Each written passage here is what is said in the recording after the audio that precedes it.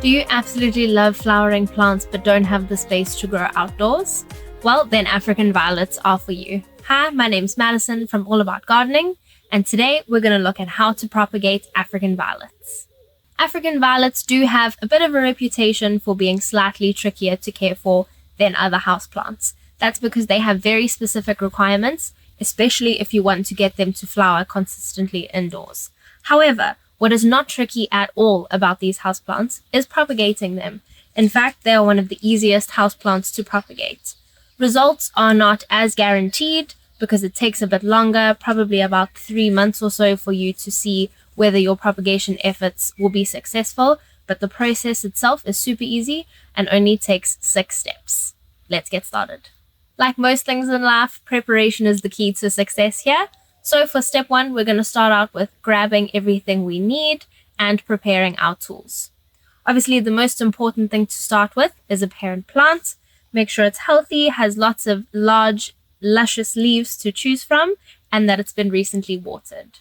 The second thing is the most important tool in this process, a pair of sharp pruning shears. Make sure you clean them before you start. Your tools, especially if there's residual soil on them, can carry diseases, or if you've been recently pruning other plants that do carry diseases, and it can spread to the parent plant and to the new cutting. Next, I'm just going to grab a pot to plant in, and obviously the most important part of this pot is the soil mix, which I've got in this bag over here. And finally, we're going to grab a plastic sandwich bag, or if you have one, a plastic propagator. This recreates the greenhouse humid environment that these plants need to grow roots and to propagate. Now that I know I've got everything ready before I start, I'm going to set these aside for later and move on to step 2 of the process, which is choosing the perfect leaf. Now I've chosen this plant specifically because it's taken a bit of damage and it's a little bit mangled at the moment. So when you look at leaves like this, these are not ones that we want to choose. Same with this over here. They've taken a bit of damage, they limp, they don't look very healthy, and they are not ideal for propagating. We want to choose the strongest, healthiest leaf possible that's large enough to grow on its own. So I'm going to take a look at this one over here. There's no signs of damage or disease. Make sure you check underneath because this is where pests can hide out. And this one looks good. So we're going to move on to step 3, cutting. For step 3, I'm going to grab my pruning shears and isolate my chosen leaf. When removing your leaf from the plant, you want to make sure you cut as close to the base as possible. If you cut about midway or even at the end, a new leaf is not going to grow back, so it's just going to make the plant look untidy and unbalanced. When cutting, make sure you don't harm any of the other leaves or any of the precious flowers, and trim as close to the base as you can so that the parent plant still looks nice and even. Now I'm going to set this one aside, and step 3 is not done just yet. Now this stem is quite long and we're looking for plantlet growth at the base of this leaf. So what I'm going to do is trim this section over here at a slight angle just so that that stem is not too long, and we can just bury this slightly in the base of the soil. This final part of step 3 is optional, but it does improve your chances of growth by stopping the growth of this leaf and conserving moisture at the same time. And that is cutting the leaf in half horizontally. All you're going to do is take your shears and trim the top end off. Try and make as clean a cut as possible. And then you're just going to use that to plant, and this can go on the compost heap. Now I'm going to set this aside to move on to step 4, which is preparing your soil mix. You have 2 options here.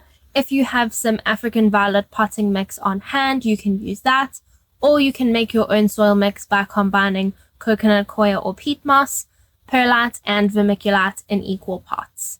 Coconut coir is preferred because it's a little bit more sustainable and environmentally friendly, but if you have some peat moss on hand, you can use that as well. Luckily, I already have some African violet mix over here from repotting a different plant, so I'm just going to use that and fill up this small pot over here. You really don't need a lot of space. It's a very small leaf and they don't grow much, So you can choose a small pot or even a deep seedling tray if you're using a lot of leaves at once. So I'm going to fill up this container here. You can see this mix is very dark and rich. It's going to hold on to quite a bit of moisture without leading to root rot. The final step in this process is to pre-moisten the soil. You can always water afterwards, but this is a bit easier. It helps the leaf anchor into the soil better, and it keeps water off the leaf just after you've planted. For step 5, we move on to everyone's favorite part, planting. Now that the soil is pre-moistened, I'm just going to grab the end of our leaf here, and you want to plant it in the soil at a slight angle. If your propagation efforts are successful, a small plantlet is going to form from the base of this. If you plant it upright, it's more difficult for it to emerge. Not impossible, it will grow out sideways, but if you plant it at an angle, it provides the perfect space for this plantlet to grow upright. So I'm just going to make a very small hole to bury the plant and lay the leaf at a slight angle.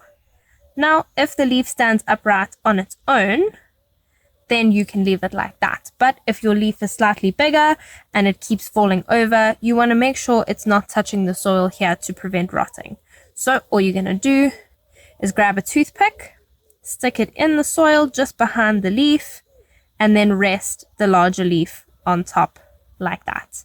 You want to make sure as little of the leaf is touching the soil as possible. If it starts rotting, it can cause problems with your propagation later on, so it's best to keep the rest of the leaf dry and only have that last little bit in the soil.